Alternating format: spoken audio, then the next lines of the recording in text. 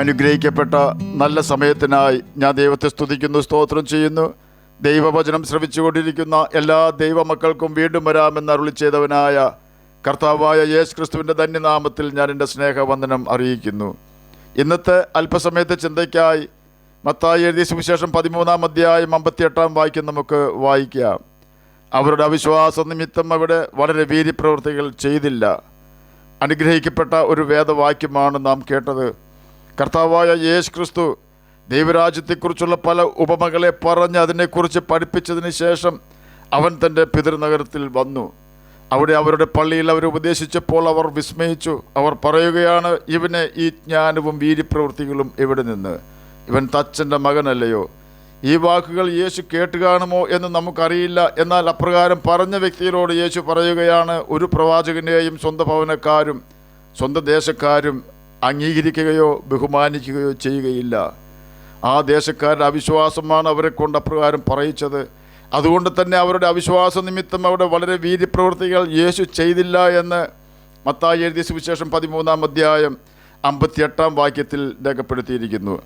അവിശ്വാസം ദൈവം വെറുക്കുന്ന പാപമാണെന്ന് ബൈബിൾ പഠിപ്പിക്കുന്നു. അതുകൊണ്ട് തന്നെ അപ്പോസ്തലനായ പൗലോസ് എബ്രായർക്ക് എഴുതിയ ലേഖനം 3-ാം അധ്യായം 12-ാം വാക്യത്തിൽ ഇപ്രകാരം രേഖപ്പെടുത്തിയിരിക്കുന്നു, സഹോദരന്മാരെ, ജീവനുള്ള ദൈവത്തെ ത്യജിച്ച് കളയാതിരിക്കേണ്ടതിന് അവിശ്വാസമുള്ള ദുഷ്ടഹൃദയം നിങ്ങളിൽ ആർക്കും ഉണ്ടാകാതിരിക്കുവാൻ നോക്കുവിൻ. നമ്മിൽ അവിശ്വാസം വന്നാൽ 3 രീതിയിൽ അത് നമ്മെ ബാധിക്കും. ഒന്നാമതായി, അവിശ്വാസം നമ്മുടെ ദൂരക്കാഴ്ച നഷ്ടപ്പെടുത്തും. നിത്യതയെക്കുറിച്ചുള്ള കാഴ്ച നമുക്ക് നഷ്ടപ്പെടുത്തും. നാം കേട്ടു, യേശുവിൻ്റെ താമസ നാട്ടിൽ വന്നപ്പോൾ ജനം പറയുകയാണ്, ഇവന് ഈ ജ്ഞാനവും വീര്യപ്രവൃത്തികളും എവിടെ നിന്ന്? ഇവൻ തച്ചൻ്റെ മകനല്ലയോ? അവിടുത്തെ ജനത്തിന് യേശുവിൽ കൂടി നടക്കുന്ന അത്ഭുതങ്ങൾ കാണുവാൻ സാധിച്ചിട്ടുണ്ട്. എന്നിട്ട് യേശുവിനെ വിശ്വസിക്കുവാൻ അവർ കൂട്ടാക്കുന്നില്ല. യേശുവിൻ്റെ വാക്കുകൾ ജ്ഞാനമുള്ള വാക്കുകളും മനോഹരമായ വാക്കുകളുമാണെന്ന് അവർക്കറിയാം. എങ്കിലും അവൻ്റെ വാക്കുകൾ അനുസരിക്കുവാനും അംഗീകരിക്കുവാനും അവർക്ക് കഴിയുന്നില്ല. കാരണം യേശുവിനെ സ്നേഹിക്കുവാനും അനുസരിക്കുവാനും അവർ തയ്യാറല്ലാത്തതിനാൽ അവനിൽ വിശ്വസിക്കുവാൻ അവർക്ക് സാധിച്ചില്ല. അതുകൊണ്ട് തന്നെ അവരുടെ ഇടയിൽ കൂടുതൽ സൗഖ്യം വരുത്തുവാനും വീര്യപ്രവൃത്തികൾ ചെയ്യുവാനും യേശു തയ്യാറായില്ല. യേശുവിലുള്ള വിശ്വാസം നമുക്ക് രോഗസൗഖ്യവും ഹൃദയത്തിൽ ശാശ്വത സമാധാനവും നിത്യജീവനും തരുമെങ്കിൽ, യേശുവിലുള്ള അവിശ്വാസം നമ്മുടെ ജീവിതത്തെ തന്നെ തകർക്കുവാൻ സാത്താൻ ഒരു ആയുധമായിത്തീരുന്നു. യേശുവിൽ അഥവാ യഹോവയിലുള്ള അവിശ്വാസം നമ്മുടെ ജീവന് പോലും ഭീഷണിയായി തീരും എന്ന് 2 രാജാക്കന്മാർ 7-ാം അധ്യായത്തിലെ സംഭവം വെളിപ്പെടുത്തുന്നു. അപ്പോൾ എലീശ യഹോവയുടെ അരുളപ്പാട് കേൾപ്പിൻ, നാളെ ഈ നേരത്തെ ശമര്യയുടെ പടിവാതിൽക്കൽ ശേക്കലിന് 1 സയ ഗോതമ്പ് മാവും ശേക്കലിന് 2 സയ യവവും വിൽക്കുമെന്ന് യഹോവ അരുളി ചെയ്യുന്നു എന്ന് പറഞ്ഞു. രാജാവിന് കൈത്താങ്ങൾ കൊടുക്കുന്ന അകമ്പടി നായകൻ ദൈവപുരുഷനോട്, യഹോവ ആകാശത്തിൽ കിളിവാതിലുകൾ ഉണ്ടാക്കിയാലും ഈ കാര്യം സാധിക്കുമോ എന്ന് പറഞ്ഞു. അതിന് മറുപടിയായി എലീശ പറഞ്ഞത്, നിന്റെ കണ്ണുകൊണ്ട് നീ അത് കാണുമെങ്കിലും നീ അതിൽ നിന്നും തിന്നുകയില്ല. 2 രാജാക്കന്മാർ 7-ാം അധ്യായം 1-ഉം 2-ഉം വാക്യങ്ങളാണ് നാം കേട്ടത്. അരാം രാജാവ് ഇസ്രയേലിൻ്റെ തലസ്ഥാനമായ ശമര്യയെ വളഞ്ഞിരിക്കുമ്പോൾ ദേശത്ത് കഠിനമായ ക്ഷാമം ഉണ്ടാവുകയും ഒരു കഴുതത്തലയ്ക്ക് 80 വെള്ളിക്കാശും 1/4 കപ്പ് പ്രാകാഷ്ഠത്തിന് 5 വെള്ളിക്കാശും വരെ വില കയറിയെന്ന് 2 രാജാക്കന്മാർ 6-ാം അധ്യായം 24-ഉം 25-ഉം വാക്യങ്ങളിൽ രേഖപ്പെടുത്തിയിരിക്കുന്നു. കഴുതത്തല ശുദ്ധിയില്ലാത്ത മൃഗത്തിൻ്റേതാണ്. പ്രാകാഷ്ഠം എന്നതിന് NIV ഇംഗ്ലീഷ് വേർഷനിൽ സീഡ് പോട്ട്സ് എന്നാണ് രേഖപ്പെടുത്തിയിരിക്കുന്നത്. ഏതോ വിത്തിൻ്റെ തൊണ്ടാകുവാനാണ് സാധ്യത എന്ന് പറയപ്പെടുന്നു. അതുപോലെ തന്നെ ന്യൂ ജെറുസലേം ബൈബിളിൽ വിൽഡ് ഒനിയൻ അഥവാ കാട്ടു ഉള്ളി എന്നാണ് പ്രാകാഷ്ഠത്തിന് രേഖപ്പെടുത്തിയിരിക്കുന്നത്. തന്നെയുമല്ല, മറ്റൊരഭിപ്രായം കാരോബ് ട്രീയിൽ ഉണ്ടാകുന്ന ലോക്കസ്റ്റ് ബീൻസ് അഥവാ വെട്ടുക്കിളിപ്പയർ ആണ് പ്രാകാഷ്ഠം എന്ന അഭിപ്രായമുണ്ട്. ഡോവ്സ് ഡെഗ് എന്നാൽ മറ്റേതോ ആഹാരത്തിൻ്റെ സാധാരണ ജനങ്ങൾക്ക് മനസ്സിലാകുന്ന പേരാണെന്നും അഭിപ്രായമുണ്ട്. ഒരു കാര്യം സ്പഷ്ടം, തീരെ മോശം ആഹാരമാണ് പ്രാകാഷ്ഠം. പ്രാവിൻ്റെ കാഷ്ടമല്ല എന്ന് സാരം. അത്രമാത്രം വിലക്കയറ്റം ഉള്ളപ്പോഴാണ് ഗോതമ്പും യവവും നിസാര വിലയ്ക്ക് ശമര്യയുടെ പടിവാതിൽക്കൽ വിൽപ്പന നടത്തുമെന്ന് എലീശ പ്രവാചകൻ പ്രവചിച്ചത്. അതിൽ വിശ്വാസമില്ലാത്തതിനാലാണ് രാജാവിൻ്റെ ഉദ്യോഗസ്ഥൻ അതിനെതിരെ ദൈവം ആകാശത്തിൻ്റെ കിളിവാതിൽ തുറന്നാലും പ്രവാചകൻ പറഞ്ഞതുപോലെ നടക്കുകയില്ല എന്ന് പറഞ്ഞത്. തനിക്ക് വിശ്വാസമില്ലായിരുന്നു. എന്നാൽ ദൈവം ഇസ്രയേലിൻ്റെ തലസ്ഥാനമായ ശമര്യയെ വളഞ്ഞിരുന്ന അരാം സൈന്യത്തെ രഥങ്ങളുടെയും കുതിരകളുടെയും മഹാസൈന്യത്തിൻ്റെയും ആരവം കേൾപ്പിച്ചിരുന്നത് കൊണ്ട് അവർ തമ്മിൽ ഇതാ നമ്മുടെ നേരെ വരേണ്ടതിന് ഇസ്രയേൽ രാജാവ് ഹിത്യ രാജാക്കന്മാരെയും മിസ്രൈമ രാജാക്കന്മാരെയും നമുക്ക് വിരോധമായി കൂലിക്ക് വാങ്ങിയിരിക്കുന്നുവെന്ന് പറഞ്ഞു. അതുകൊണ്ട് അവർ സന്ധ്യാസമയത്ത് തന്നെ എഴുന്നേറ്റ് ഓടിപ്പോയി. കൂടാരങ്ങൾ, കുതിരകൾ, കഴുതുകൾ എന്നിവയെ പാളയത്തിൽ ഇരുന്നപാടെ ഉപേക്ഷിച്ച് ജീവരക്ഷയ്ക്കായി ഓടിപ്പോയി.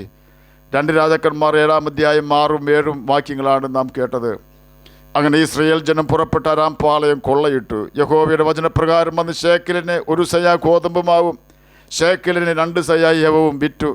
രാജാവ് തനിക്ക് കൈത്താങ്ങൾ കൊടുക്കുന്ന അകമ്പടി നായകനെ വാതിൽക്കൽ വിചാരകനായി നിയമിച്ചിരുന്നു. ജനം അവനെ ചവിട്ടിക്കളഞ്ഞു. രാജാവ് എലീശയുടെ അടുക്കൽ വന്നപ്പോൾ പ്രവാചകൻ പറഞ്ഞിരുന്നതുപോലെ അവൻ മരിച്ചുപോയി. 2 രാജാക്കന്മാർ 7-ാം അധ്യായം 16ഉം 17ഉം വാക്യങ്ങളാണ് നാം കേട്ടത്. എലീശാവിനോട് പറഞ്ഞിരുന്നു, നിന്റെ കണ്ണുകൊണ്ട് നീ കാണുമെങ്കിലും നീ അതിൽ നിന്നും തിന്നുകയില്ല എന്ന്. അതെ, ദൈവത്തിൽ വിശ്വസിച്ചില്ലെങ്കിൽ നമ്മുടെ പ്രാണനാശത്തിന് പോലും അത് മുഖാതിരമായി തീരാം. യോഹന്നാൻ എഴുതിയ സുവിശേഷം 3-ാം അധ്യായം 16-ാം വാക്യത്തിൽ ഇപ്രകാരം രേഖപ്പെടുത്തിയിരിക്കുന്നു, തൻ്റെ ഏകജാതനായ പുത്രനിൽ വിശ്വസിക്കുന്ന ഏവനും നശിച്ചു പോകാതെ നിത്യജീവൻ പ്രാപിക്കേണ്ടതിന് ദൈവം അവന് നൽകുവാൻ തക്കവണ്ണം ലോകത്തെ അഥവാ പാപികളെ സ്നേഹിച്ചു. ഇവിടെയും യേശുവിനെ വിശ്വസിച്ചില്ലെങ്കിൽ അത് നമ്മുടെ നിത്യതയെ തന്നെ ബാധിക്കും എന്നാണ് രേഖപ്പെടുത്തിയിരിക്കുന്നത്. ചുരുക്കി പറഞ്ഞാൽ, യേശുവിലുള്ള വിശ്വാസവും അനുസരണവും നമുക്കില്ലാതെ വന്നാൽ അത് നമ്മുടെ ഹൃദയത്തെ ദൈവസ്നേഹമില്ലാത്തതും മറ്റുള്ളവരെ കുറ്റം പറയുന്നതും മറ്റുള്ളവരെ അംഗീകരിക്കാത്തതുമായ ഒരു കഠിന ഹൃദയത്തിനെ ഉടമയാക്കി തീർക്കും. അവിശ്വാസം നമ്മെ കഠിന മനുഷ്യനാക്കി തീർക്കുമ്പോൾ യേശുവിലുള്ള വിശ്വാസവും അനുസരണവും നമ്മെ നിഷ്കളങ്കരാക്കി മാറ്റുന്നു. യേശുവിലുള്ള വിശ്വാസമില്ലായ്മ നമ്മുടെ ഹൃദയ സന്തോഷം നഷ്ടപ്പെടുത്തുകയും അത് നമ്മെ നിരാശയിലേക്കും പിറുപിറുപ്പിലേക്കും നയിക്കുകയും ചെയ്യുന്നു.